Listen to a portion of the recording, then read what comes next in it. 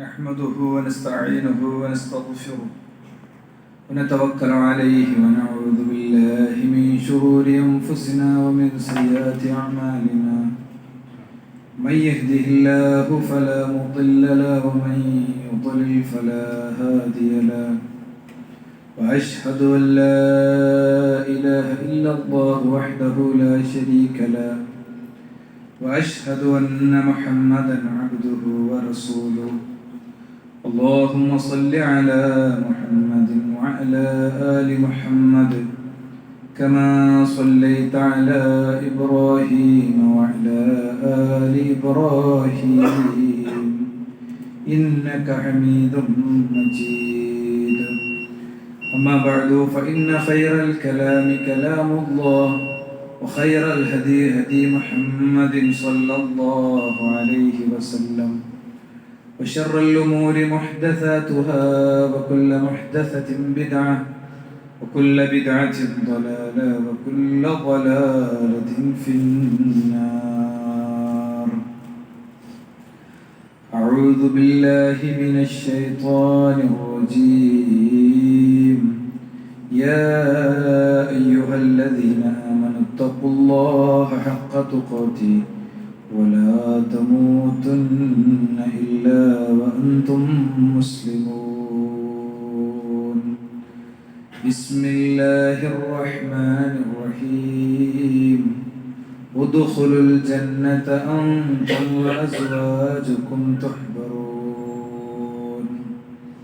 സൃഷ്ടാവും സംരക്ഷകനുമായ റബ്ബിൻ്റെ വിധിവിലക്കുകൾ ജീവിതത്തിലുടനീളം സൂക്ഷിക്കണമെന്ന് ഉണർത്തുകയാണ്, ഉത്ബോധിപ്പിക്കുകയാണ്. വിവാഹപ്രായമെത്തുന്ന ഏതൊരു വ്യക്തിയും വിവാഹിതനാവുക എന്നത് ഇസ്ലാം മതപരമായ ഒരു ബാധ്യത കൂടിയായി പരിഗണിക്കുന്നുണ്ട്. അതുകൊണ്ടാണ് ഒരു വ്യക്തി വിവാഹിതനാകുന്നതോടുകൂടെ ഫഖദ് ഇസ്തക്മല നിസ്ഫ ദീനിഹി, അവന്റെ ദീനിന്റെ പകുതി പൂർത്തീകരിച്ചു. ഫലിയത്തഖില്ലാഹ ഫിൻ നിസ്ഫിൽ ബാഖി, ഇനി ബാക്കിയുള്ള പകുതിയിൽ അവന്റെ സ്വർഗത്തെ പൂർത്തീകരിക്കട്ടെ. 100 കാര്യം ഉണ്ടെങ്കിൽ വിവാഹത്തോടുകൂടെ അയാളുടെ 50 കാര്യം പൂർത്തിയായി എന്ന് പറഞ്ഞു കഴിഞ്ഞാൽ അയാൾ നരകത്തിലേക്ക് പോകാനുള്ള, തിന്മ സംഭവിക്കാനുള്ള ഒരുപാട് സാധ്യതകളുടെ വാതിൽ അടഞ്ഞു എന്നാണ് ഇതിന്റെ അർത്ഥം. അയാളുടെ സ്വകാര്യ ജീവിതത്തിലും വ്യക്തി ജീവിതത്തിലുമൊക്കെ ഒരുപാട് തിന്മകളുടെ വാതിലടഞ്ഞു, ഒരുപാട് നന്മകളുടെ വാതിൽ തുറന്നു എന്നാണ് അതിൻ്റെ അർത്ഥം. എന്ന് പറഞ്ഞാൽ ഒരാണും ഒരു പെണ്ണും സംതൃപ്തകരവും സന്തോഷകരവുമായൊരു ദാമ്പത്യ ജീവിതം നയിക്കുമ്പോൾ അവർ രണ്ടുപേരും ഏറ്റവും കൂടുതൽ സഹായിക്കുന്നത് രണ്ടുപേർക്കും സ്വർഗത്തിൽ പോകാൻ ആവശ്യമായ കാര്യങ്ങളിലായിരിക്കും എന്നാണ് പറഞ്ഞതിൻ്റെ അർത്ഥം.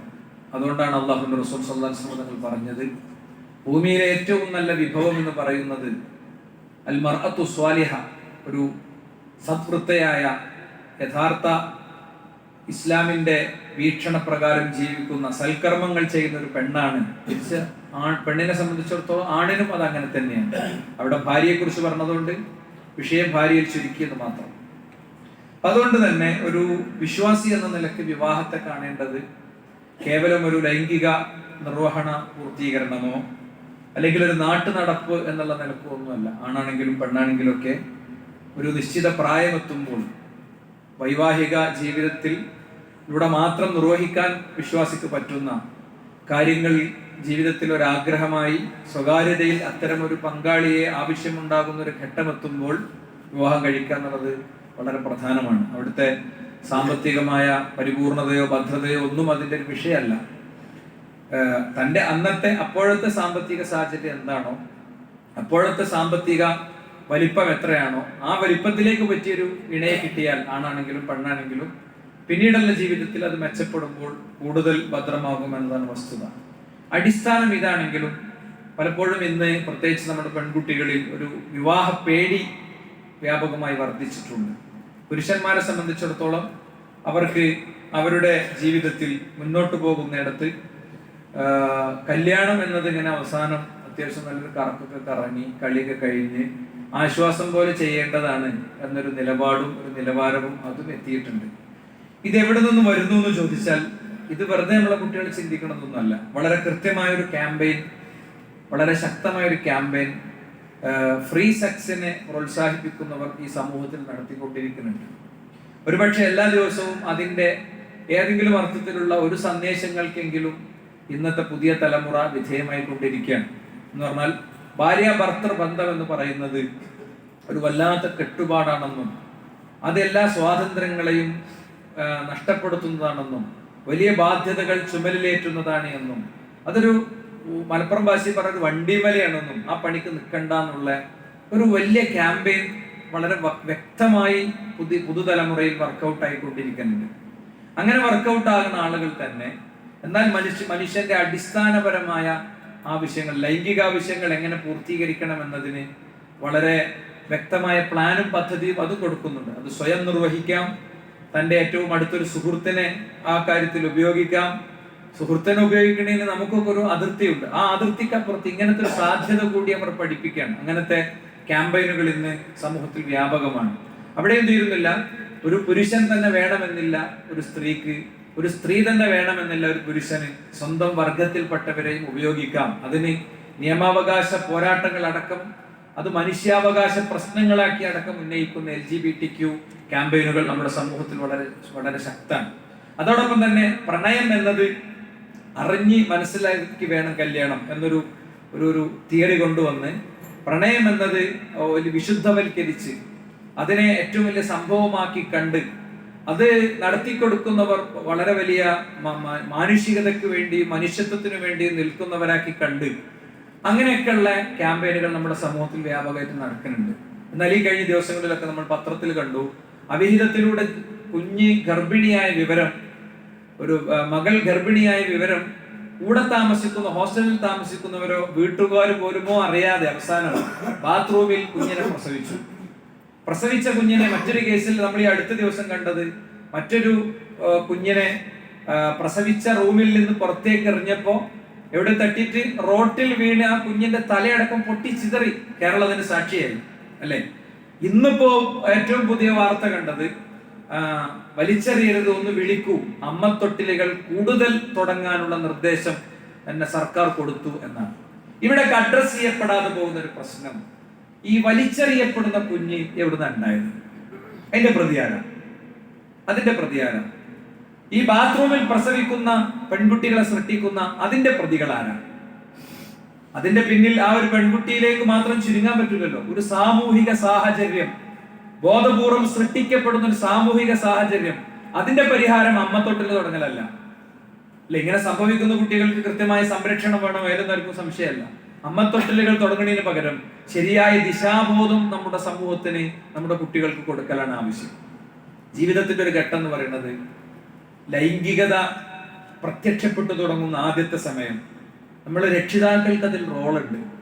ഞാനത് രക്ഷിതാക്കൾക്ക് റോളുണ്ട് എന്നൊക്കെ പറയുമ്പോൾ അതിങ്ങനെ അത്ഭുതത്തോടെ നോക്കുന്ന ആൾക്കാരുണ്ടാകും. സ്വന്തം പെൺകുട്ടിയുടെ മെൻസസ് പീരിയഡിന്റെ സമയം എത്തിത്തുടങ്ങുമ്പോൾ അവളിൽ ഒരു ലൈംഗികതയുടെ ആഗ്രഹങ്ങൾ തുടങ്ങുന്ന അഡോളസൻസിലേക്ക് അവർ കടക്കുമ്പോൾ അവരെ അരികിലിരുത്തി ആ പ്രായത്തിൽ അവരെ അറിയിക്കേണ്ട, അവരെ ബോധ്യപ്പെടുത്തേണ്ട കുറച്ച് കാര്യങ്ങളുണ്ട്. ഇത് പാരന്റ്സ് ചെയ്യേണ്ടതാണ്, വീട്ടിലെ മുതിർന്നവർ ചെയ്യേണ്ടതാണ്, ടീച്ചേഴ്സ് ചെയ്യേണ്ടതാണ്, ഒക്കെ ചെയ്യേണ്ടതാണ്. മറ്റേതെന്ന് വെച്ച് കഴിഞ്ഞാൽ അവരുടെ ഉള്ളിൽ പുതിയതായി പ്രത്യക്ഷപ്പെട്ട ഒരുതരം അഭിനിവേശം, ഒരുതരം ആഗ്രഹം, ഒരുതരം ആവേശം, അതിനെ വിനിയോഗിക്കാനുള്ള ഇടങ്ങൾ ഇന്ന് കൂടുതലാണ്. കാരണം എന്താ? ആണും പെണ്ണും അടുത്തിരുന്ന ഒന്നും സംഭവിക്കൂല, ആകാശം ഇടിഞ്ഞു പൊളിഞ്ഞു വീഴൂല എന്നാണ് ക്യാമ്പയിൻ. ഞങ്ങളെ ആരും ഉപദേശിക്കാൻ വരണ്ട, ഞങ്ങൾ 18 തികഞ്ഞവരാണെന്നാണ് ക്യാമ്പസിന്റെ ചുമരിൽ കുട്ടികളെ എഴുതാൻ പഠിപ്പിക്കുന്നതും. അതിന്റെ തരിപ്പിലും ത്രില്ലിലുമാണ് നമ്മുടെ കുട്ടികൾ വളരുന്നതും. മാത്രമല്ല, അവർ കണ്ടുകൊണ്ടിരിക്കുന്ന ഷോർട്സും റീൽസും ഒക്കെ സോഫ്റ്റ് പോൺ വീഡിയോസ് എന്നാണ് അതിന് ഒറ്റവാചകത്തിൽ പറയാൻ പറ്റുക. വളരെ പ്രത്യക്ഷമായ ലൈംഗികതയൊന്നുമില്ല. എന്താ വളരെ പ്രത്യക്ഷമായ ലൈംഗികത എന്ന് പറഞ്ഞു കഴിഞ്ഞാൽ വസ്ത്രമൊരിഞ്ഞുള്ള രംഗങ്ങളോ അല്ലെങ്കിൽ വളരെ ക്ലോസ് ആയിട്ടുള്ള അഭിനയ രംഗങ്ങളോ ഒന്നും അതിലില്ല. എന്താ, ആണും പെണ്ണും ഷേക്ക് ഹാൻഡ് ചെയ്യുന്നു, ആണും പെണ്ണും ഹഗ് ചെയ്യുന്നു, അല്ലെ, പരസ്പരം എന്താ പറയുക, ആലിംഗനം ചെയ്യുന്നു, ഇങ്ങനെയുള്ള കാര്യങ്ങളൊക്കെ ഉണ്ടാവുള്ളൂ. ഇങ്ങനെയുള്ള വീഡിയോസ് കാണുമ്പോൾ അവിടെ ഒരു സുരക്ഷിതത്വ ബോധമുണ്ട്. പ്രത്യേകിച്ച് പൗരസ്ത്യ ദേശങ്ങളിൽ നിന്നുള്ള, പാശ്ചാത്യ ദേശങ്ങളിൽ നിന്നുള്ള ചില വെബ് സീരീസുകളൊക്കെ ഉണ്ട്. ഈ വെബ് സീരീസുകളൊക്കെ വളരെ ശക്തമായ രീതിയിൽ കുട്ടികളെ സ്വാധീനിക്കുന്നുണ്ട്. ആ സീരീസ് അവർ കാണുമ്പോൾ നിങ്ങൾ എന്താ വിചാരിക്കാറ്? ഇതല്ലേ കാണുള്ളൂ, ഇത് അത്യാവശ്യം നല്ല സന്ദേശമുള്ള, നല്ല മെസ്സേജ് ഉള്ള, മാതാപിതാക്കളെ സംരക്ഷിക്കുന്ന, നല്ല സൗഹൃദത്തെ കുറിച്ച് സാധനങ്ങളാണ്. ഇതാണെന്ന് ലോകത്തെ ഏറ്റവും വലിയ പ്രതിസന്ധിയായി K-ഡ്രാമ പോലെ, അതേപോലെ തന്നെ BTS പോലെ കുറെയൊക്കെ കേന്ദ്രീകരിച്ചു വരുന്ന ചില വർക്കുകളുണ്ട്. അത് നമ്മുടെയൊക്കെ കുടുംബങ്ങളിലേക്ക് എത്തിയിട്ടുണ്ട്. നിങ്ങളുടെ കുട്ടികളുടെ യൂട്യൂബ് സെർച്ചിന്റെ ഹിസ്റ്ററി നിങ്ങൾക്ക് കിട്ടുമെങ്കിൽ പരിശോധിച്ചാൽ, ഇന്ന് പോയി പരിശോധിച്ചാൽ സ്ഥിരം മൊബൈൽ ഉപയോഗിക്കുന്ന കുട്ടികളിൽ അതില്ലാത്തവരുണ്ടെങ്കിൽ ആ വിവരങ്ങളൊന്ന് പറയണം. അത്ര വ്യാപകമാണ് ഇന്നത്തെ സാഹചര്യത്തിൽ കാര്യങ്ങൾ. അപ്പൊ ഞാനിവിടെ പറയാൻ ശ്രമിക്കുന്നത്, ഇതിലൂടെ പഠിപ്പിക്കപ്പെടുന്ന ഒരു ആശയം എന്ന് പറയുന്നത്, മനുഷ്യരെ സംബന്ധിച്ചിടത്തോളം വിവാഹം ഒരു അനിവാര്യതയല്ല, അതൊരു ബുദ്ധിമുട്ടാണ്. എന്നിട്ട് അതിനനുസരിച്ച് ഇങ്ങനെ ട്രോളിറങ്ങും. എന്താണ്, ഭാര്യ ഭർത്താവിന്റെ ശവകുടീരത്തിന്റെ അടുത്ത് ഭർത്താവിനെ മറവ് ചെയ്തു കൊടുത്തു പോയി ഒരു കഥ എഴുതിണ്ടാക്കുകയാണ്. ഈ ഭാര്യ എന്നുള്ളത് എത്ര വലിയ വണ്ടിയും വലിയാണെന്ന് ബോധ്യപ്പെടുത്താനാണ് എന്ത് ചെയ്യുന്നത്, ഇങ്ങനത്തെ സാധനം ഇറങ്ങുന്നത്. ഈ കവറിന്റെ അടുത്ത് പോയിരുന്നിട്ട് പറയാണ്, നമ്മളെ മൂത്ത മോനെ മൊബൈൽ വേണമെന്ന് പറയുന്നുണ്ട്, നമ്മളെ ഇളയ മൂക്ക് കളിപ്പാട്ടം വേണമെന്ന് പറയുന്നുണ്ട്, എനിക്ക് നല്ലൊരു മാല വേണം, അമ്മക്കൊരു സാരി വേണം. അപ്പൊ കബറിന്റെ ഉള്ളെന്ന് പറഞ്ഞു എന്നാണ് ട്രോൾ ഉണ്ടാക്കുന്ന ആൾ പറയുന്നത്. ഞാൻ ദുബൈക്കല്ല, ഞാൻ കബറിക്കാണ് പോകുന്നത്. ഇവിടുന്ന് എന്തൊക്കെ കിട്ടി? സ്വന്തം ഭർത്താവിന്റെ കബറും പുറത്ത് പോയിട്ട് അവിടെ പോലും സ്വർണം ചെയ്യുന്ന ഒരാളാണ് പെണ്ണെന്ന് കിട്ടിയല്ലോ. 21 വയസ്സായ ഒരാൾക്ക് MP ആയി അവസാനം ഇന്ത്യയിലെ പ്രധാനമന്ത്രിയാകാം. എന്നാൽ 21 വയസ്സായ ഒരാൾക്ക് ഒരു പെണ്ണിനെ കെട്ടാൻ പറ്റൂല. അതിന്റെ അർത്ഥം എന്താ? ഒരു രാജ്യത്തെ മുഴുവൻ മനുഷ്യരെ നോക്കുന്നില്ലേറെ ബുദ്ധിമുട്ടാണ് ഒരു പെണ്ണിനെ നോക്കുന്നത്. ഇതൊക്കെ ഇങ്ങനെ പതുക്കെ പതുക്കെ ഒരു തരം ദാമ്പത്യത്തിൽ നിന്ന് മനുഷ്യനൊരു വിഡ്രോവൽ കൊടുക്കാൻ, ഒരു മനസ്സിനെ മോചിപ്പിക്കാനുള്ള ഒരു പണിയുടെ ഭാഗമാണ്. എന്നാൽ ഇത് മുഴുവൻ പരാജയപ്പെടുക അവിടെ. ഇനി പറയുന്ന ഭാഗമാണ് പ്രസക്തം കേട്ടോ. ഞാൻ ഈ ഇൻട്രോവറിലെ ഇനി പറയുന്ന ഭാഗങ്ങൾ ശ്രദ്ധിച്ച് കേൾക്കുന്നു. ഇതൊക്കെ പൊളിച്ചെടുക്കാൻ പറ്റും. ഒരു ശക്തിക്കും നമ്മുടെ കുട്ടികളുടെ ഉള്ളിൽ തെറ്റായൊരു മെസ്സേജ് കൊടുക്കാൻ പറ്റൂല. എവിടെ? ഉപ്പയും ഉമ്മയും ആകുന്ന കുടുംബം മനോഹരമായി ഇവിടുത്തെ പ്രപ്പകണ്ഡകളെ പൊളിച്ചെടുക്കുന്ന ഒരു ജീവിതം കാഴ്ചവെച്ചാൽ അതില്ലാതെ പോകുന്നതാണ് നമ്മുടെ കുടുംബങ്ങളിലൊക്കെ പ്രശ്നം. കുട്ടി എന്താ കല്യാണത്തിന് ചേരാത്ത? ഇത്താത്തയും അളിയാക്കിയും തമ്മിൽ പ്രശ്നമാണ്, ബാപ്പയും ഉമ്മയും തമ്മിൽ പ്രശ്നമാണ്, മൂത്താപ്പയും മൂത്താപ്പാന്റെ ഭാര്യയും തമ്മിൽ പ്രശ്നമാണ്, എളാപ്പാന്റെ ഭാര്യയും തമ്മിൽ പ്രശ്നമാണ്, എളാപ്പാന്റെ കല്യാണം കഴിച്ച മോനെ ഭാര്യനെ ഡൈവോഴ്സ് ചെയ്ത് ഒപ്പം ദുബൈക്ക് പോയി. ഇതാണ് നാട്ടിൽ കാണുന്നത്. ഇതാണ് പലപ്പോഴും നാട്ടിൽ കാണുന്നത്. ഇതിന്റെ ഇടയിൽ നിന്ന് പലപ്പോഴും എന്താ വെച്ചാൽ, രണ്ടാളും ജോലിക്കാരും കൂടിയാണെങ്കിൽ ഈ കുട്ടികളെ സംബന്ധിച്ചിടത്തോളം അവിടുത്തെ ആശ്രയം, അവിടുത്തെ വേലക്കാരിയുടെ പേര് വിളിച്ചാണ് കയറി വരുന്നത്. അതിന്റെ അർത്ഥം സ്ത്രീ ജോലിക്ക് പോകണ്ടെന്നോ അല്ലെങ്കിൽ സ്ത്രീകൾക്ക് ജോലി വേണ്ടാന്നൊന്നും എനിക്ക് അഭിപ്രായമില്ല. നമുക്ക് ഏറ്റവും ഒന്നാമത്തെ കാര്യം നമ്മുടെ ജീവിതമാണെന്ന് ജോലി ചെയ്യുന്ന എല്ലാവരും, അത് ആണുങ്ങളും അങ്ങനെ തന്നെ, പ്രത്യേകിച്ച് പ്രവാസികൾ, എന്റെ കുത്തുബ കേൾക്കുന്ന പ്രവാസികളോട് ഒന്നാമത്തെ കാര്യം ജീവിതം, എന്നിട്ട് ജോലിയുള്ളൂ. ജീവിക്കാനുള്ളതാണ് ജോലി. അപ്പൊ 10 ഉറുപ്പ്യ ഉണ്ടാക്കാൻ വേണ്ടി ആ ജീവിതം തന്നെ എല്ലാ സന്തോഷങ്ങളെയും ഹോമിച്ച് പൈസ കിട്ടുന്നുണ്ടാവും, പക്ഷെ ജീവിതം മാത്രം കിട്ടുന്നുണ്ടാവില്ല. ജീവിതം കിട്ടാതിരിക്കുന്നിടത്ത് ദീനം ഉണ്ടാവില്ല എന്ന് പറഞ്ഞാൽ ദീനീ കാര്യങ്ങൾക്ക് പോലും സമയം ഉണ്ടാവില്ല. ഞാൻ ഇന്നത്തെ എന്റെ ഖുതുബയിൽ ഏറ്റവും ചുരുക്കി സംതൃപ്തകരമായ ഒരു കുടുംബജീവിതം കണ്ടെത്താനുള്ള ചില വഴികളെ സംബന്ധിച്ചാണ് പറയാൻ ആഗ്രഹിക്കുന്നത്. അത് പറയേണ്ടി വരുന്നത് എന്തുകൊണ്ടാണ്? ജീവിതത്തിൽ ചില നേരാനുഭവങ്ങളും ചില ഞെട്ടിക്കണ സംഭവങ്ങളൊക്കെ ഉണ്ടാകുമ്പോഴാണ് പൊതുവെ ഓരോ വെള്ളിയാഴ്ചയിലെയും വിഷയങ്ങളും ഓരോ മൈക്കയുടെ മുന്നിൽ പ്രത്യക്ഷപ്പെടുമ്പോഴുള്ള വിഷയങ്ങളൊക്കെ ഓരോരുത്തർക്കും രൂപപ്പെടലും അങ്ങനത്തെ ചില അനുഭവങ്ങളുടെ അടിസ്ഥാനത്തിൽ തന്നെയാണ് പറയുന്നത്. ഇതിൽ ഒന്നാമത്തെ കാര്യം എന്താ അറിയോ? ഭാര്യ ഭർത്താവും ഏറ്റവും ആത്മാർത്ഥവും സന്തോഷകരവും സുഖകരവുമായ ഒരു ദാമ്പത്യം അനുഭവിക്കുന്നിടത്തുള്ള ഏറ്റവും ഒന്നാമത്തെ കാര്യം, ഈ ബന്ധം മരണം മുറിക്കുന്ന ഒന്നല്ല എന്നുള്ള ബോധ്യം കൈമാറലാണ്. ലോകത്ത് ഇസ്ലാമിനോളം ദാമ്പത്യത്തെ ഇണക്കി ചേർക്കാനുള്ള മാർഗനിർദ്ദേശങ്ങൾ നൽകിയൊരു മതമല്ല. ഇസ്ലാമിനോളം ദാമ്പത്യ ജീവിതത്തിന്റെ ഗൈഡ് ലൈനുകൾ പുറത്തുവിട്ട ഒരു മതത്തെ നമുക്ക് കാണാൻ സാധ്യമല്ല. വിവാഹം അസാധ്യമാണെന്നും ദാമ്പത്യം പ്രയാസകരമാണെന്നും ക്യാമ്പയിൻ ചെയ്യുന്നവർക്ക് മുന്നിൽ ജീവിക്കുന്ന ചാപ്റ്ററുകളായി, ജീവിക്കുന്ന അധ്യായങ്ങളായി നമുക്ക് മാറാൻ പറ്റും. എന്താണ്? ഞാൻ കല്യാണം കഴിക്കാൻ പോകുന്ന പെൺകുട്ടി, അവളും ഞാനും തമ്മിലുള്ള ബന്ധം ദുനിയാവോണ്ട് തീർന്നില്ല. നാളെ പരലോകത്തൊരു പ്രഖ്യാപനം വരും, നിങ്ങളും നിങ്ങളുടെ ഇണകളും സന്തോഷത്തോടെ സ്വർഗത്തിലേക്ക് പോയിക്കോളൂ. അപ്പൊ ഞാൻ കല്യാണം കഴിച്ച പെണ്ണിനെ അവളുടെ വീട്ടിൽ നിന്ന് കൈപിടിച്ച് ഞാൻ വണ്ടിയിലേക്ക് കയറ്റി കൊണ്ടുവന്നതിലേറെ മനോഹരമായി ആഘോഷപൂർവ്വം ആദ്യത്തെ ആളായി അന്തിമ പ്രവാചകനും പിന്നീട് അമ്പിയാക്കളും പിന്നീട് ശുഹദാക്കളും രക്തസാക്ഷികളും അങ്ങനെ പലരും കടക്കുന്ന കവാടം വഴി എനിക്ക് എന്റെ പെണ്ണിന്റെ കൈപിടിച്ച് സ്വർഗം പോകണമെന്ന ഉള്ളിലെ അഭിനിവേശവും ആഗ്രഹമാണ് ഒരു വ്യക്തിയെ ബാക്കിയെല്ലാം മറന്ന് ഒരു പുതിയ ജീവിതം കെട്ടിപ്പടുക്കാൻ പ്രേരിപ്പിക്കുന്നത്. അപ്പൊ അത് പെണ്ണ് തെരഞ്ഞെടുക്കുന്നത് മുതൽക്ക് ആണിനെ തെരഞ്ഞെടുക്കുന്നത് മുതൽക്ക് ശ്രദ്ധിക്കേണ്ട ഒരു കാര്യമാണ്. രക്ഷിതാക്കളൊക്കെ പെണ്ണ് അന്വേഷണം നടത്തുമ്പോൾ ആൺകുട്ടികൾക്ക് പെണ്ണിനെയും പെൺകുട്ടികൾക്ക് ആണുങ്ങളെ അന്വേഷിക്കുമ്പോൾ ദീന് വേണമെന്ന് ഇങ്ങനെ പറയും. അത് ചുണ്ടറ്റത്തെ കേവലം ശബ്ദമായിരിക്കും അല്ലെ. പിന്നെ ബാക്കി നോക്കുക, ബാക്കിയൊക്കെയാണ് അയാളുടെ ബാക്കിയുള്ള കാര്യങ്ങളിലേക്കായിരിക്കും നോട്ടം. ഇയാളുടെ ഈ മൊത്തം സമ്പത്ത് പോകാൻ ഒരു പണിയില്ല. ഭയങ്കര ബിസിനസ്സുകാരനാണ്, ലക്ഷപ്രഭുവാണ്. അങ്ങനത്തെ ആൾക്ക് മോളെ കെട്ടിച്ചെടുത്താൽ ചിലപ്പോ ഈ ക്യാഷ് മാത്രം നോക്കി കെട്ടിച്ചെടുത്താൽ അവസാനം എന്താ സംഭവിക്കാറ്? അയാളൊന്ന് കാണാനും കിട്ടൂല. കോടികൾ കടം വന്ന അയാൾ മുങ്ങിയിട്ട് നീണ്ട വർഷങ്ങൾ കഴിഞ്ഞുകൂടുന്ന ആളുകൾ നമുക്കറിയാം. ഒരു ഡിവോഴ്സ് കിട്ടാൻ വേണ്ടിയിട്ട് ഒരു വിവാഹ കരാർ 1.5 മാസം കഴിഞ്ഞ് ഇയാള് ഭയങ്കര കടുത്തപ്പെട്ട് മുങ്ങിയിട്ട് 3.5 കൊല്ലം കഴിഞ്ഞ് ഒരു വിവരമല്ല, ഇവനൊരു ഫോൺ കോൾ പോലും ഇല്ലാത്ത ഒരവസരത്തിൽ ആ കല്യാണത്തിന് എങ്ങനെ മോചനം നേടാന്ന് വിധി ചോദിച്ച ഒരു രക്ഷിതാവിന് എനിക്കറിയാം കേട്ടോ. അതുകൊണ്ട് ദീനിനാണ് ഒന്നാമത്തെ കാര്യം. നമ്മളെ കുട്ടി ജീവിച്ച ഒരു ജീവിത നിലവാരം ഉണ്ടാകും. ആ ജീവിത നിലവാരത്തിന്റെയും ഒരുപാട് താഴെ കൊണ്ടേയിടാൻ അവൾക്ക് ഈമാനികമായ കഴിവും കപ്പാസിറ്റി ഉണ്ടെങ്കിൽ കൊണ്ടേടാം, അതിനൊന്നും ഞാൻ നിഷേധിക്കണില്ല. പക്ഷേ ഇതിൽ അടിസ്ഥാനം എന്ന് പറയുന്നത് അവന്റെ ഉള്ളിലെ ദീനാണ്. വിവാഹം പറഞ്ഞു കൊടുത്ത് ഇസ്ലാം ഒന്നുകൂടി പറഞ്ഞു, ദീന് മാത്രമല്ല സ്വഭാവം പറഞ്ഞു. ശരിക്കും ദീനപ്പെട്ടത് തന്നെയാണ് സ്വഭാവം. പിന്നെ എന്റെ കല്യാണക്കാരി വന്നപ്പോ സ്വഭാവം വേറെ പറഞ്ഞു. വേറെ എന്തുണ്ടായിട്ടും കാര്യമില്ല. ആ പെൺകുട്ടിയെ സംബന്ധിച്ചിടത്തോളം വാതിലടക്കുന്നിടത്ത്, ആ ആൺകുട്ടിയെ സംബന്ധിച്ചിടത്തോളം വാതിലടക്കുന്നിടത്ത്, അവർ മാത്രമാകുന്നിടത്തുള്ള അവരുടെ സംസാര ശൈലി മുതൽ അവരുടെ സമീപനങ്ങൾ വളരെ പ്രധാനമാണ്. അതെങ്ങനെ കിട്ടുക? എല്ലാം പ്രാർത്ഥിച്ചാലേ കിട്ടുള്ളൂ. അത് കേവല അന്വേഷണത്തിൽ കൂടെ ഒന്നും കിട്ടൂല കേട്ടോ. അത് വെറുതെ അന്വേഷണത്തിൽ കൂടെ ഒന്നും കിട്ടൂല.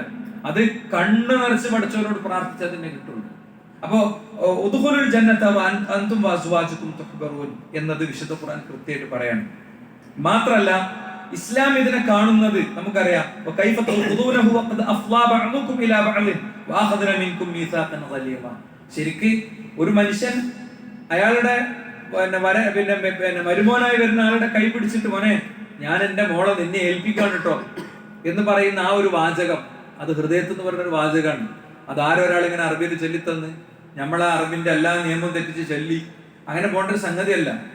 ഒരാളും വേണ്ട. നമ്മള് മൈക്കണ്ട് എടുത്തിട്ട് അല്ലെങ്കിൽ ഒരു സദസ്സിലാകുമ്പോൾ മൈക്കുണ്ടാവുമല്ലോ, എന്റെ മകൾ ഇന്ന ആളെ ഞാൻ നിങ്ങൾക്ക് ഇന്ന സ്വർണ്ണാഭരണം മഹറായി നിശ്ചയിച്ച് ഞങ്ങൾ കല്യാണം ചെയ്ത് തന്നിരിക്കുന്നു ഈ അമ്മകൾ പറയാൻ പറ്റും ധൈര്യം. ഉള്ളിൽ ആ ധൈര്യം നമുക്ക് കിട്ടും, ഒരു സംശയമല്ല. കാരണം എന്താ? അതിനെ മീസാഖ് ഖലീൽ, ശക്തമായ ഒരു കരാർ എന്നാണ് യഥാർത്ഥത്തിൽ എഴുതി വെച്ചിട്ടുള്ള വിശുദ്ധ ഇസ്ലാം പഠിപ്പിച്ചിട്ടുള്ളത്. ഇനി നോക്കൂ നിങ്ങൾ, ഇസ്ലാം ഇതിൽ ചെയ്തത് എന്താ? രണ്ടാമതൊരു കാര്യം, വിവാഹബന്ധങ്ങൾ ശരിയായി നിലനിൽക്കാൻ, വിവാഹബന്ധങ്ങൾക്ക് അസ്വസ്ഥത വരുമ്പോൾ ആ അസ്വസ്ഥതയെ നേരിടാൻ വേണ്ടി ഇസ്ലാം വെച്ചിട്ടുള്ള എല്ലാ സെറ്റപ്പും സ്വീകരിച്ചാൽ മതി. എന്താ ഇസ്ലാം പറഞ്ഞത്? എന്താ ഇസ്ലാം പറഞ്ഞത്? അവർക്കിടയിൽ അവർക്ക് മാത്രം പരിഹരിക്കാൻ കഴിയാത്തൊരു വിഷയമായി ഇത് രൂപപ്പെടുമ്പോ വിശുദ്ധ ഖുർആൻ പറയാം, ഇൻ ഖിഫ്തും ശിഖാഖ ബൈനഹിമാ ഫബഅസു ഹകമൻ മിൻ അഹ്ലിഹി വഹകമൻ മിൻ അഹ്ലിഹാ ഇൻ യുരീദ ഇസ്ലാഹൻ യുവഫ്ഫിഖുല്ലാഹു ബൈനഹുമാ ഇന്നല്ലാഹ കാന അലീമൻ ഖബീറ. അവർക്കിടയിൽ നിങ്ങൾ ഒരു ഭിന്നിച്ചു പോകൽ ഭയപ്പെടുന്ന പക്ഷം അവരുടെ കൂട്ടത്തിൽ നിന്നും ഇവരുടെ കൂട്ടത്തിൽ നിന്നും പുരുഷന്റെയും സ്ത്രീയുടെയും ഭാഗത്തു നിന്നുള്ള ആളുകൾ മസ്ലഹത്തിന് വേണ്ടി ഇരിക്കട്ടെ എന്നാണ്. നമ്മുടെ നാട്ടിൽ പലപ്പോഴും ഈ മസ്ലഹത്തിന്റെ എല്ലാ സമയം കഴിഞ്ഞിട്ടേ ഇരിക്കുക. ഇവിടുത്തെ അമ്മി അവിടുത്തെ അമ്മി നല്ലോണം കോർത്തിട്ടുണ്ടാകും. ഇവിടുത്തെ വാപ്പി അവിടുത്തെ അളിയെ പിന്നെ ആളും തമ്മിൽ ഭയങ്കരമായിട്ട് കോർത്തിട്ടുണ്ടാകും. ഒക്കെ കോർത്ത് അവസാനം ബെഡ്റൂമിന്റെ പുറത്ത് വലിയ അജണ്ട രൂപപ്പെട്ട് ഒരിക്കലും തീർക്കാൻ പറ്റാത്തൊരു സ്ഥിതി എത്തുമ്പോഴായിരിക്കും മധ്യസ്ഥ ചർച്ച നടക്കുക. ആ മധ്യസ്ഥ ചർച്ചയിൽ എന്നും പെണ്ണിനെ ഒരു പ്രതിസ്ഥാനത്ത് നിർത്തി അവസാനം സെറ്റിൽമെന്റ് ചെയ്യും. കാരണം വിധി ആണിന്റെ കയ്യിലായതുകൊണ്ട് പെണ്ണിനെ സംബന്ധിച്ചിടത്തോളം ഒന്ന് താന്നു കൊടുക്കണമെന്ന് പണ്ടക്കും പണ്ടേ നമ്മൾ പഠിച്ചു പോകുന്ന ഒരു രീതി അനുസരിച്ച് ഇതൊന്നും ഇസ്ലാമൊന്നുമല്ല കേട്ടോ. പെണ്ണിന്റെ അടുത്താണ് പ്രശ്നമെങ്കിൽ പെണ്ണ് താകണം, ആണിന്റെ അടുത്താണ് പ്രശ്നമെങ്കിൽ ആണ് താവണം. അതല്ലാതെ ബന്ധങ്ങൾ അങ്ങനെ അഡ്ജസ്റ്റ് ചെയ്ത് ഒപ്പിച്ചു പോകാൻ വേണ്ടിയിട്ടുള്ള കേവല തത്വങ്ങൾ ഉണ്ടാക്കിയിട്ട് കുടുംബ ബന്ധങ്ങളെ ചേർത്ത് വെച്ച ഒന്നും നടക്കൂല. പിന്നെ ആരോ ഈ മസ്ലഹത്തിന് നടക്കിയിരിക്കുന്ന ആൾക്കാരുണ്ടല്ലോ, അവർ കുറച്ചൊരു തപ്പുവെള്ളവനും വിവേകിയൊക്കെ ആകണം. കേവല പൊളിറ്റിക്കൽ മാനേജ്മെന്റുകളിൽ മാത്രം പരിചയമുള്ളവർ ഇത്തരം കാര്യങ്ങൾ ഏൽപ്പിച്ച് അവര് ദീനിന്റെ മർമ്മങ്ങൾ നോക്കാത്ത കാര്യങ്ങൾ പറഞ്ഞ് നടപ്പിലാക്കി പോന്നാൽ ഇത് വിജയിക്കൂല. അതിന് ഇസ്ലാമിനെ പ്രതി ചേർത്തിട്ട് യാതൊരു കാര്യവും ഉണ്ടാവില്ല. മനസ്സിലായില്ലേ? അതുകൊണ്ട് സുഹൃത്തുക്കളെ, ഇത്തരം കാര്യങ്ങളിൽ നമുക്ക് വളരെ വലിയ സംഗതി ആവശ്യമുണ്ട്. മാത്രമല്ല, ഈ മസ്ലഹത്തിനെ കുറിച്ച്, ഇതടക്കമുള്ള എല്ലാ മസ്ലഹത്തിനെ കുറിച്ച് എന്താ പറഞ്ഞോ, അലാ ഉഖ്ബിറുക്കും ബിഅഫ്ളി മിൻ ദറജത്തി സ്വലാത്തി വസ്സിയാം വസ്സദഖ, നമസ്കാരത്തെക്കാളും നോമ്പിനെക്കാളും സ്വതക്കയെക്കാളും മഹത്വരമായ ഒരു കാര്യം ഞാൻ നിങ്ങൾക്ക് പഠിപ്പിച്ചു തരട്ടെ എന്ന് ചോദിച്ചു റസൂലുള്ളാഹി. അവർ പറഞ്ഞു അദ്ദേഹം ഇസ്ലാഹി ദാത്തിൽ ബൈൻ, വ്യക്തികൾക്കിടയിലെ തകർന്നുപോയ ബന്ധങ്ങളെ കൂട്ടിച്ചേർക്കാൻ ഒരാൾ ഇറങ്ങുകയാണെങ്കിൽ അത് ഇതിലേറെ വലിയ കാര്യമാണ്. എത്രത്തോളം എന്ന് വെച്ച് കഴിഞ്ഞാൽ ആ വ്യക്തിബന്ധങ്ങളിൽ, പ്രത്യേകിച്ച് ദാമ്പത്യ ബന്ധങ്ങളിലുള്ള വിഷയങ്ങൾ പരിഹരിക്കുന്നിടത്ത് വേറെ നിലക്ക് ദോഷകരമായി വരാത്ത ചില കളവുകൾ പോലും പറയാമെന്നാണ് ഇസ്ലാം പറഞ്ഞത്. ഇസ്ലാം കളവ് പറയാൻ ആകെ അനുവാദം കൊടുത്തൊരു സ്പേസ് അത് മാത്രമാണ്. അതുകൊണ്ട് അത് നമ്മളെ കുടുംബങ്ങളിൽ ഇത്തരം കാര്യങ്ങൾ വരുമ്പോൾ എന്താ പറയാ, ഒരു ഭാഗത്തേക്ക് മനസ്സ് ചായുന്നുവെങ്കിൽ നമ്മളതിനെ നിൽക്കരുത്. ഒരു ഭാഗത്തേക്ക് മനസ്സ് ചായാതെ ഈ വിഷയത്തിൽ ഇടപെട്ട് വേണ്ട കാര്യങ്ങൾ പരിഹരിക്കുക എന്നുള്ളത് വളരെ പ്രധാനമാണ്. ഇത് ഇത്തരം ഒരു അവസ്ഥയിലേക്ക് എത്തുമ്പോൾ ബെഡ്റൂമിൽ തീരേണ്ടതാണ്. അതിന് എപ്പോഴും രണ്ട് പക്ഷത്തുള്ള ആളുകൾ എന്തിനാണെന്ന് പറയാം, ആണാണെങ്കിലും പെണ്ണാണെങ്കിലും നമ്മുടെ പക്ഷത്തു നിന്ന് ചിന്തിക്കരുത്. ഞാൻ എൻ്റെ ഭാര്യന്റെ പക്ഷത്തു നിന്ന് ചിന്തിക്കണം, ഭാര്യ എൻ്റെ പക്ഷത്തു നിന്ന് ചിന്തിക്കണം. അപ്പൊ അതിനൊരു സൊല്യൂഷൻ വരും, അതിനൊരു പരിഹാരം വരും. ചില ആളുകളൊക്കെ ചില കാര്യങ്ങൾ കാണുന്നത് എന്താണ്, അതിപ്പോ നാട്ടുകാരെന്താ ചിന്തിക്കുക എന്ന് വിചാരിച്ചിട്ട് അവന്റെ കുടുംബബന്ധം പൊട്ടി തകർന്നിട്ടുണ്ടാവും. അല്ലെങ്കിൽ അവന്റെ ഭാര്യന്റെ തലയിൽ ഒരുപാട് കരഞ്ഞ് നനഞ്ഞിട്ടുണ്ടാവും. അവരുടെ ജീവിതത്തിൽ എന്തൊക്കെയോ ഇഷ്ടങ്ങൾ കൊണ്ടായിരിക്കും ആ പെൺകുട്ടി കൂടെ നിൽക്കണേ. 4 കുട്ടികളെ തന്നില്ലേ, ഇനി പോകാൻ വഴിയില്ലല്ലോ, വീട്ടിൽ വാപ്പാക്ക് നെഞ്ചുവേദന ഇളകൂലേ, ഇളയ പെങ്ങളെ കല്യാണം കഴിച്ചിട്ടില്ലല്ലോ, ഞങ്ങൾ എല്ലാരും കൂടി ചെന്ന് എവിടെ ഉറങ്ങുക. ചില വീടുകളിലൊക്കെ ചില കുട്ടികൾ നിന്നു പോണത് കൊണ്ടാണ്, ഇങ്ങനത്തെ കുറച്ച് ചിന്ത കൊണ്ടാണ്. ഞാനടക്കം നമ്മൾ ഓരോരുത്തരും ഇന്നത്തെ ഖുത്ബ കഴിഞ്ഞിട്ട് ആലോചിക്കേണ്ടത്, ഞാനായി എൻ്റെ ഭാര്യയുടെ കാര്യത്തിൽ വിട്ടുവീഴ്ച ചെയ്തു കൊടുക്കേണ്ടതും കൂടുതൽ ചെയ്തു കൊടുക്കേണ്ടതും ശരിയായി ചെയ്തു കൊടുക്കേണ്ടതോ എന്തെങ്കിലും കാര്യമുണ്ടോ? ഓരോ പെണ്ണും ആലോചിക്കേണ്ടത് അതാണ്. ശരിക്കും ഇസ്ലാമികമായ തത്വങ്ങളിൽ ഒരു ജീവിതം തുടങ്ങുമ്പോൾ ഭയങ്കര സന്തോഷം. എനിക്കൊരു ഭയങ്കര കണ്ണ് നിറഞ്ഞ ഒരു അനുഭവം ഉണ്ടായിട്ടുണ്ട്. ജിദ്ദയിൽ ഇറങ്ങി മക്കയിലേക്ക് പോവാണ്. അപ്പൊ അവിടെയുള്ള ഒരു സുഹൃത്താണ് എന്നെയും നിങ്ങൾക്കൊക്കെ പരിചയമുള്ള നമ്മുടെ വേറെ ഒരു പണ്ഡിതനെയും കൂട്ടിയിട്ട് പോണത്. അവർ നേരത്തെ വിളിച്ച് സംസാരിച്ച് അങ്ങനെ ഒന്നിച്ചുള്ള യാത്രക്ക് ഒരു അവസരം ഉണ്ടാക്കാൻ വേണ്ടി ചെയ്തു. അപ്പൊ അദ്ദേഹം ഇങ്ങനെ പോകുമ്പോൾ പറഞ്ഞു, ഞാനും അദ്ദേഹം ഒന്നിച്ച് പീസ് റേഡിയോയിൽ ചെയ്യുന്ന ഒരു പ്രോഗ്രാം ഉണ്ട്, അതിപ്പോ ഞങ്ങൾ ഒന്നിച്ച് കുറെ കാലമായിട്ട് ചെയ്യാറില്ല, രണ്ടാളുടെയും സമയ പ്രശ്നമാണ് കാരണം. അദ്ദേഹം വളരെ സീരിയസ് ആയിട്ട് പറഞ്ഞു, അതൊരിക്കലും നഷ്ടപ്പെടുത്തരുത്. ഞാൻ 23 കൊല്ലമായി കല്യാണം കഴിഞ്ഞിട്ട്, പക്ഷേ എന്റെ വൈഫ് എന്നോട് പറഞ്ഞു, കഴിഞ്ഞ 3 കൊല്ലമായിട്ട് നമുക്ക് ജീവിതം കിട്ടി തുടങ്ങിയിട്ടുണ്ട്, നമുക്ക് ശരിയായ ജീവിതം കിട്ടിയിട്ട് ഒന്നാമത്തെ രാത്രി ഞാൻ നിങ്ങളെ കണ്ടുമുട്ടിയതിലേറെ ആഘോഷത്തിലാണ് ഇപ്പൊ ഞാൻ കണ്ടുമുട്ടുന്നത്. 20 കൊല്ലം നമുക്ക് പോയി. എന്താ എന്റെ കാരണം സുഹൃത്തുക്കളെ? ശരിക്കും നിസ്കാരത്തിന് ഷർത്തും ഫർദൊക്കെ അല്ലേ, നോമ്പിന് ഷർത്തും ഫർദൊക്കെ അല്ലേ, അതേപോലെ ശരിക്കും വിവാഹ ജീവിതത്തിനോട് കുറെ ഷർത്തും ഫർദും. ആ ഷർത്തും ഫർദും നമുക്കറിയില്ല. ആരും പഠിച്ചോ? ഇവിടെ ഇരിക്കുന്ന ആരും പഠിച്ചോ? കല്യാണം കഴിച്ചിട്ടുണ്ടാവും, പക്ഷേ ഒരാണ് പാലിക്കേണ്ട കാര്യം എന്താണ്, ഒരു പെണ്ണ് പാലിക്കേണ്ട. ഇങ്ങനത്തെ ചർച്ചകൾ തുടർച്ചയായി കേട്ടപ്പോ അവർക്ക് കിട്ടിയ തിരിച്ച സമ്പന്നനാണ് ഈ മനുഷ്യൻ, സമ്പന്നനാണ്. അയാളെ 10-20 ഷോപ്പ് ഒന്നിച്ച് അറബി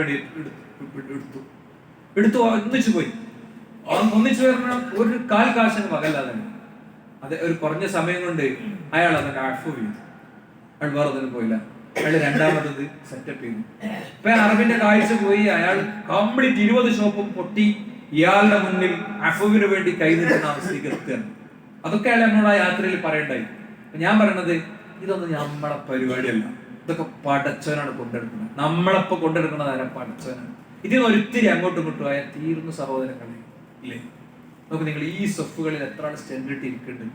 ഏറ്റവും അവസാനം നമ്മുടെ സുഹൃത്ത് അദ്ദേഹത്തിന് കൂടുതൽ കരുത്തും ഊർജവും ഉന്മേഷവും ദീനീ രംഗത്തെ മുന്നേറ്റമൊക്കെ കൊടുക്കുവാനാകട്ടെ. സ്റ്റെൻഡ് ഇട്ടിരിക്കാൻ പറ്റുന്ന അനുഗ്രഹമല്ലേ?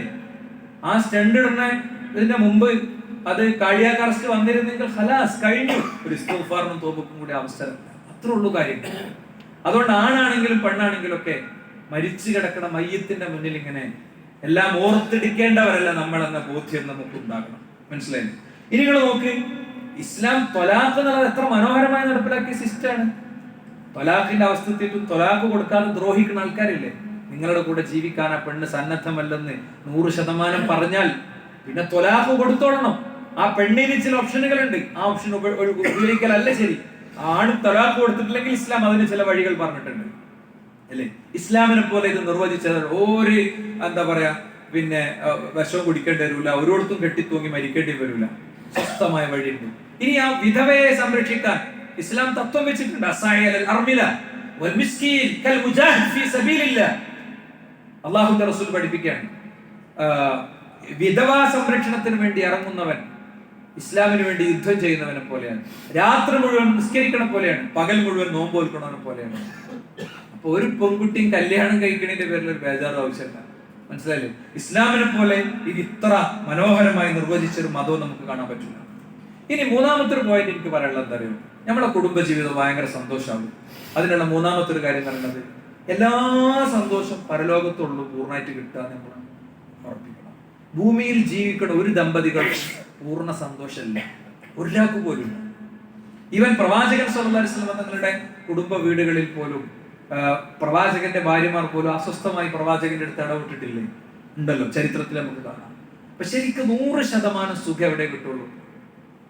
പരലോകത്ത് മാത്രമേ കിട്ടുള്ളൂ. ചില ആൾക്കാർ ഇങ്ങനെ വിചാരിക്കും, അത് എനിക്ക് കിട്ടേണ്ടിയിരുന്നതല്ല, ഞാൻ ഗൾഫിൽ നിന്ന് വന്ന് ഇങ്ങനെ മീപ്പി കണ്ടുവച്ചതുകൊണ്ടാണ് കിട്ടിയതാണ്. ശൈത്താൻ ഇങ്ങനത്തെ പോയിന്റ് ഇങ്ങനെ ഓർമ്മിപ്പിച്ചിട്ട് നമ്മളങ്ങനെ അസ്വസ്ഥതപ്പെടുത്തും. എന്നാൽ ഞാൻ അടുത്തത് വേറെ ഒന്നാകാം, അല്ലേ? ഇസ്ലാമിൽ ഒരു വ്യക്തിയെ സംബന്ധിച്ചിടത്തോളം അയാൾക്കുണ്ടാകുന്ന ചില അനിവാര്യ സന്ദർഭങ്ങളിൽ രണ്ടാമത്തെ ഒരു വിവാഹത്തെ ഇസ്ലാം അനുവദിച്ചിട്ടൊക്കെ ഉണ്ട്. പക്ഷേ ഇത്തരം കാരണങ്ങൾ കൊണ്ട്, അവരുടെ കൂടെ എനിക്ക് സന്തോഷം കിട്ടണം എന്നുള്ള കാരണം കൊണ്ട് ഒരാൾ രണ്ടാമത്തെ ഒരു വിവാഹത്തിന് ഒരുങ്ങുമ്പോൾ രണ്ടാമത്തെ ഒരു പെണ്ണുകൂടി കണ്ണീർ കുടിക്കേണ്ടി വരും. ഒരു സംശയമില്ല. കാരണം ഒരാളെ തന്നെ കൊണ്ടു നടക്കാൻ കഴിയാത്ത ഒരാളെ രണ്ടാമത്തൊന്നൊക്കെ എങ്ങനെ പോവുക? അത് വളരെ ഗൗരവത്തിൽ ആലോചിക്കേണ്ട. എല്ലാ സുഖങ്ങളും കിട്ടി എവിടെയെന്നറിയോ? വലക്കും ഫീഹാ മാ തശ്തഹി അൻഫുസുകും വലക്കും ഫീഹാ മാ തദ്ഉൻ. നിങ്ങൾ ആശിക്കുന്നതൊക്കെ അവിടെ നിങ്ങൾക്ക് കിട്ടും, നിങ്ങൾ ആഗ്രഹിക്കുന്നതൊക്കെ നിങ്ങൾക്ക് അവിടെ കിട്ടും. അതാണ് സ്വർഗം. അതിനൊരുപാട് ദൂരമൊന്നുമില്ല സുഹൃത്തുക്കളെ. യഥാവിധി ജീവിക്കുന്ന ഒരു വ്യക്തിയെ സംബന്ധിച്ചിടത്തോളം അയാളുടെ കണ്ണുകൾ അടയുന്നതോടെ, അയാളുടെ ശ്വാസം നിലക്കുന്നതോടെ അയാളുടെ രണ്ടിലൊരു ലോകം തുടങ്ങി.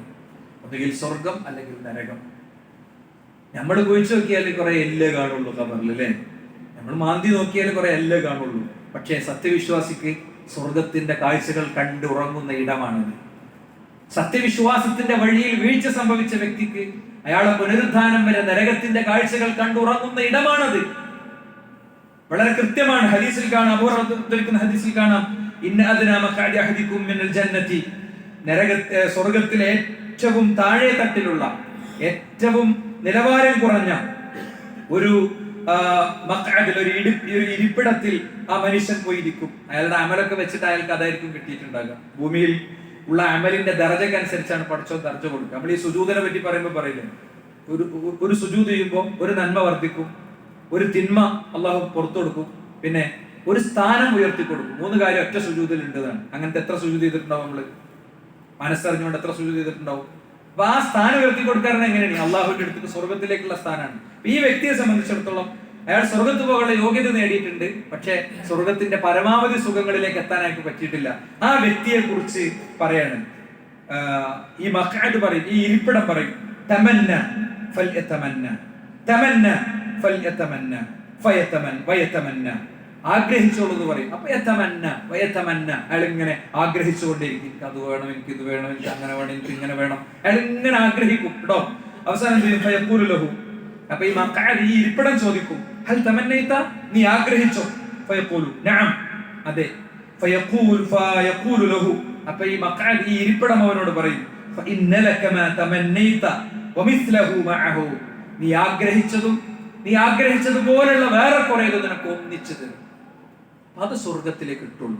അപ്പൊ നമുക്കൊരു നഷ്ടമോ ഒരു പ്രയാസമോ ഒരു ദുഃഖമോ ഒക്കെ ദാമ്പത്യത്തിൽ ഉണ്ടെങ്കിൽ, മക്കളുടെ കാര്യത്തിലാണെങ്കിലും ഭാര്യന്റെ കാര്യത്തിലാണെങ്കിലും ഭർത്താവിന്റെ കാര്യത്തിലാണെങ്കിലും ഭർത്താവിന്റെ ഉപ്പാന്റെയും ഉമ്മാന്റെയും കാര്യത്തിലാണെങ്കിലും നമ്മളെ ഉപ്പാന്റെയും ഉമ്മാന്റെയും കാര്യത്തിലാണെങ്കിലും ഒക്കെ നമ്മളെ അസ്വസ്ഥതപ്പെടുത്തുന്ന ഒരു പോയിന്റ് ഉണ്ടെങ്കിൽ നമ്മൾ എന്താ വിചാരിക്കേണ്ട അറിയും? പടച്ചോനെ, ആ മഖഅദിൽ ഇരിക്കുമ്പോ, സ്വർഗത്തിന്റെ ആ മഖഅദിൽ ഇരിക്കുമ്പോ, ഈ ഒറ്റ കാരണം കൊണ്ട് നീ ആഗ്രഹിച്ച എന്റെ ഇപ്പോഴത്തെ പ്രശ്നത്തിന് പരിഹാരം ഉണ്ടാക്കാവുന്ന ആഗ്രഹങ്ങളുടെ അവസരം എനിക്ക് തരണം എന്ന് വിചാരിക്കണം.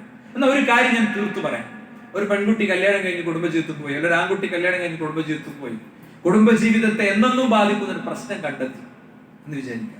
എന്താ? തന്റെ കൂടെ ഉറങ്ങുന്ന പുരുഷന് ലൈംഗികമായി തന്നെ തൃപ്തിപ്പെടുത്താനുള്ള ശേഷിയില്ലെന്ന് അവൾക്ക് മനസ്സിലായി. അയാൾ അങ്ങനത്തെ ഒരു രോഗാവസ്ഥ ഉള്ള ആളാണ്. ആ പെൺകുട്ടിക്ക് ഒരിക്കലും ജീവിക്കേണ്ടതില്ല. റസൂലുള്ളാഹി സ്വല്ലല്ലാഹു അലൈഹി വസല്ലം തങ്ങളുടെ മാതൃക കാണാം. അയാളോട് തൊലാഖ് കൊടുക്കാൻ പറഞ്ഞതും തൊലാഖ് കൊടുത്തതും നമുക്ക് കാണാം. അങ്ങനെ സഹിച്ച് ജീവിക്കാൻ വേണ്ടി പറഞ്ഞിട്ടില്ല. ഇപ്പൊ എന്താ വെച്ചാൽ രാസലഹരിന്റെ കാലാണ്.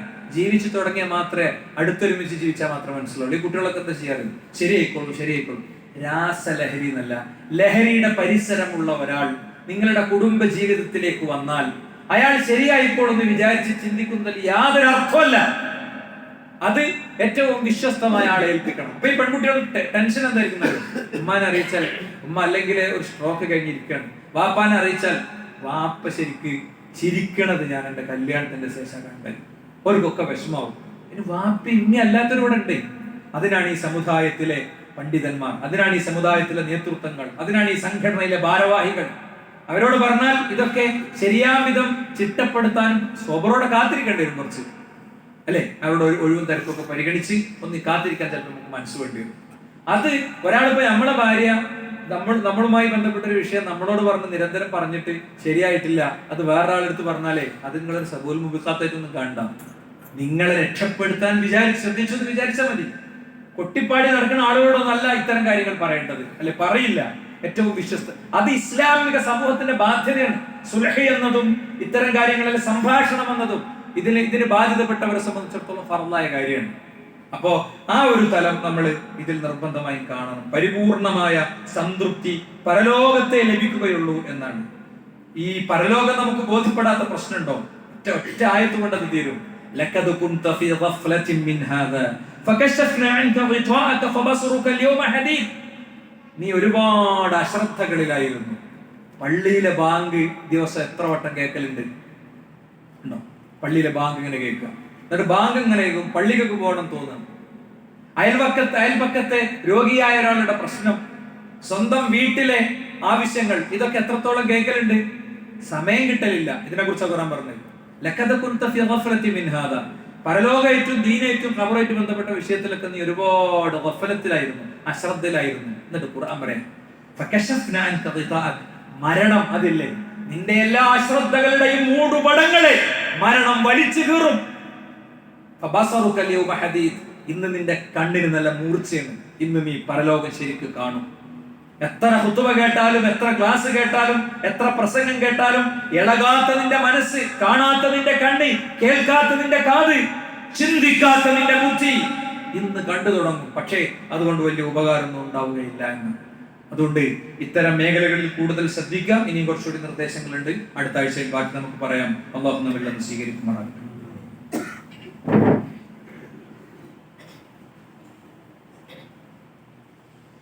അൽഹംദുലില്ലാഹി വസ്സലാത്തു വസ്സലാമു അലാ റസൂലില്ലാഹി വഅലാ ആലിഹി വസഹ്ബിഹി അജ്മഈൻ. അമ്മാ ബഅദ്. സർട്ടാവ് സംരക്ഷകനായ റബ്ബിനെ ജീവിതത്തിന്റെ എല്ലാ മേഖലയിലും സൂക്ഷിക്കണമെന്ന് ഒരിക്കൽ കൂടി ഉണർത്തുകയാണ്, ഉത്ബോധിപ്പിക്കുകയാണ്. റബ്ബനാ ഹബ് ലനാ മിൻ അസ്വാജിനാ വദുരിയാതിനാ ഖുറത അയ്യുൻ വജഅൽനാ ലിൽ മുത്തഖീന ഇമാമ. ഇത് പടച്ചോൻ ഇറക്കിയ ഒരു പ്രാർത്ഥനയാണ്. പടച്ചോന്റെ ലഫ്ളുകളാണ്, പടച്ചോന്റെ ഹർക്കത്തുകളാണ്, പടച്ചോന്റെ ശബ്ദമാണ്, ഒക്കെയാണ്, കലാമാണ്, ഒക്കെയാണ്. അപ്പൊ ഇത് ഏറ്റവും വലിയൊരു പരിഹാരമാണ്. പലപ്പോഴും വീട്ടിലും കുടുംബത്തിലൊക്കെ എന്തെങ്കിലും പ്രശ്നം ഉണ്ടായാൽ വേഗം ഏതെങ്കിലും ജ്യോത്സ്യന്മാരെടുത്തോ തങ്ങന്മാരെടുത്തോ അവിടേക്ക് എഴുതാനും പുറത്തേക്ക് കുഴിച്ചിടാനും അപ്പുറത്തേക്ക് ചോദിക്കാനും പറയാനൊക്കെ പോവാണ് ആൾക്കാർ ചെയ്യുക. യഥാർത്ഥത്തിൽ ഇത് നെഞ്ചിൻ കൂട്ടിൽ നിന്ന് ആത്മാർത്ഥമായി പറയുന്ന ഒരാൾക്ക് പടച്ചോനത് സാക്ഷാത്കരിച്ച് തരും. സുഹൃത്തുക്കളെ, പടച്ചോനത് സാക്ഷാത്കരിച്ച് തരും, അതൊരു സംശയമുണ്ട്. റബ്ബനാ ഹബ് ലനാ മിൻ അസ്വാജിനാ വദുരിയാതിനാ. ഞങ്ങളുടെ ഇണകളിലും ഞങ്ങളുടെ മക്കളിലും നീ നൽകണം. പടച്ചോൻ തന്നാലേ ഉണ്ടാവുള്ളൂ. അഭൗതികമായ ഒരു കാര്യമാണ് ഇത്. പടച്ചോന് മാത്രം ചെയ്തു തരാൻ പറ്റിയൊരു കാര്യം, വേറെ ആർക്കും ചെയ്തു തരാൻ പറ്റൂല കേട്ടോ. വേറെ ആരെന്തൊക്കെ ചെയ്തിട്ട് കാര്യമില്ല.